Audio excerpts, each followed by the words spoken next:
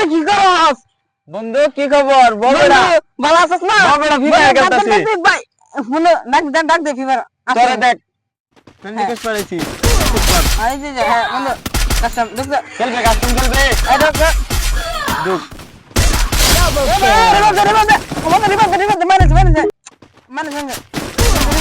দিবা দিছি তো তোরে দেখ। নাম ডায়মন্ড দিতে কুকুরা মান দিতাম নতুন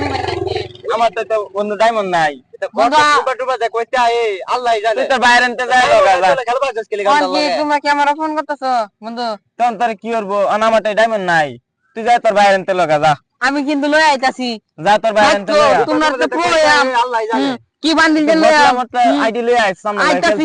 জানতে যা তো খেলা লাগতো না যা। আজকে 1000 টাকা লোন লাগবো ডায়মন্ড কিনাম ভাই খারো বারো ভাই কই যাও রাস্তা আটকে গেছে কেবা 1000 টাকা দাও 11000 টাকা দিলাম কি লাগি 400 ডায়মন্ড ভরাম কি 400 ডায়মন্ড ভরাম এক কান ডায়মন্ডের রিং কিনবার গেছলাম তোর বাবির লাগা 2 লাখ টাকা দাম চাইছ তুই 400 ডায়মন্ড কিনবে 1000 টাকা দা আমার ব্যাক কল পাইছস না তুমি যে ডায়মন্ডের কথা কইতাছ আমি এই ডায়মন্ডের কথা কই না তো উল্টা উল্টা মত লই একটা ফুট দামকে খেতে করবে করবে না ভাই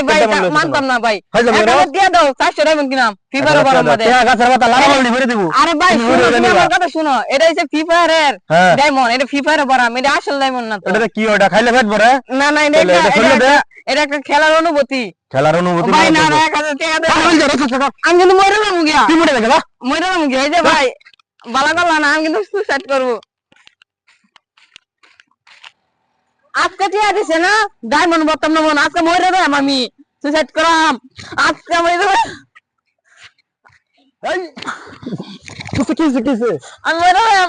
এরকম করতেছ কেন বাবু মরে যাবো আমার ভাই টিয়া দিছে না আমারে কি জন্য টিয়াটা কি করতা ডায়মন্ড বরাম ডায়মন্ড মানে ডায়মন্ড ফ্রি ফায়ারের গেমের ভিতর একটা কুকুরা বান্ধিলাম গেম খেলার জন্য তুমি তোমার জীবন বিরা দিতে যাইতেছো অবশ্যই গেম আমার জীবন আমার মরণ আয় হায় রে বলো তোর ভাইয়ের লগে তোর সাক্ষাৎ করে যা আমি মরে যাবো তুই তো পাগলামি করতে শিখছস তুই এই খেলার জন্য মানুষ জীবন দে না আসো তোমার ভাইয়ের সাথে আজকে কথা আছে আসসালামু আলাইকুম ওয়া আলাইকুম সালাম আপনার ভাই তো আত্মহত্যা করতে যাইতেছিল এই তুই আত্মহত্যা করবা গেছিস কে লাগা তোর কি দোষ তোর খাওয়ার অভাব না তুমি একটা টাকা দিছো না মানে ফিভার ডায়মন্ড করতাম তুই আবার টিয়া লাগে তুই মরে যাবি অবশ্যই সে গেম খেলার জন্য নিজের জীবন দিতে যাইছিল দেখুন কি যন্ত্রণার মধ্যে আছি আর আমি কি আর বিত্তে আছি হ্যাঁ একটান ভাই মাত্র তাও এরকম যদি পাগলামি করে তোমার একটা ভাই দেখে তো তুমি টাকা দিবা তুমি এর জন্য কি গেমস এর জন্য নিজের জীবন বিলায় দিবা অবশ্যই এই বলক ছাড়া বলে কি এটা অনেক কি হওয়া দরকার আমনে এটা দেই না মার পানি কিন্তু সেট খেলা মনে নেই রে ভাই বদমাশে ছড়ে এলাম একবার চড়ায়া আরে মারা তো কিছু হইতো না আমি কিছু পরামর্শ দেয়া যায় সেটা হলো জানেন এই যে এই বাচ্চাদের পরে নাই এর দিছেন আপনি মোবাইল এই জন্য কি অবস্থা বন্ধুদের পাল্লায় পড়া সে দেখা যাইতেছে মোবাইলের মধ্যে আসক্ত হয়ে গেছে এখন ফ্রি ফায়ারের মধ্যে আসক্ত হ্যাঁ মোবাইল কেমনে দিতাম এই যদি হইনা 1000 টাকা লাগে আত্মহত্যা করছে এই মোবাইলে লাগিয়া ঘরে গেরা সবকিছু ভাঙচুর করছে আমি কি কম পাতে মোবাইলটা দিছি ধরে হ্যাঁ তুমি বলো তো তোমার ভাই তোমাকে কষ্ট করে দেয়া জায়গা মাইরা তার পিছে ভাঙি তুমি তো জানো সে বাড়িতে তুই যে বাটিটা নষ্ট করস সে কৃষি কাজ করে কত কষ্ট করে টাকা উপার্জন করে এখন তুমি বলো এই গেমস এর মধ্যে তুমি যাইছো যেই ফ্রি ফায়ারের মধ্যে গেলা এই ফ্রি ফায়ারের কারণে অনেক পোলাপান আত্মহত্যা করছে আর নিজের জীবনকে মূল্যায়ন করো এই জীবন একবার শেষ হয়ে গেলে আর কখনো ফিরে পাইবা না এই গেমস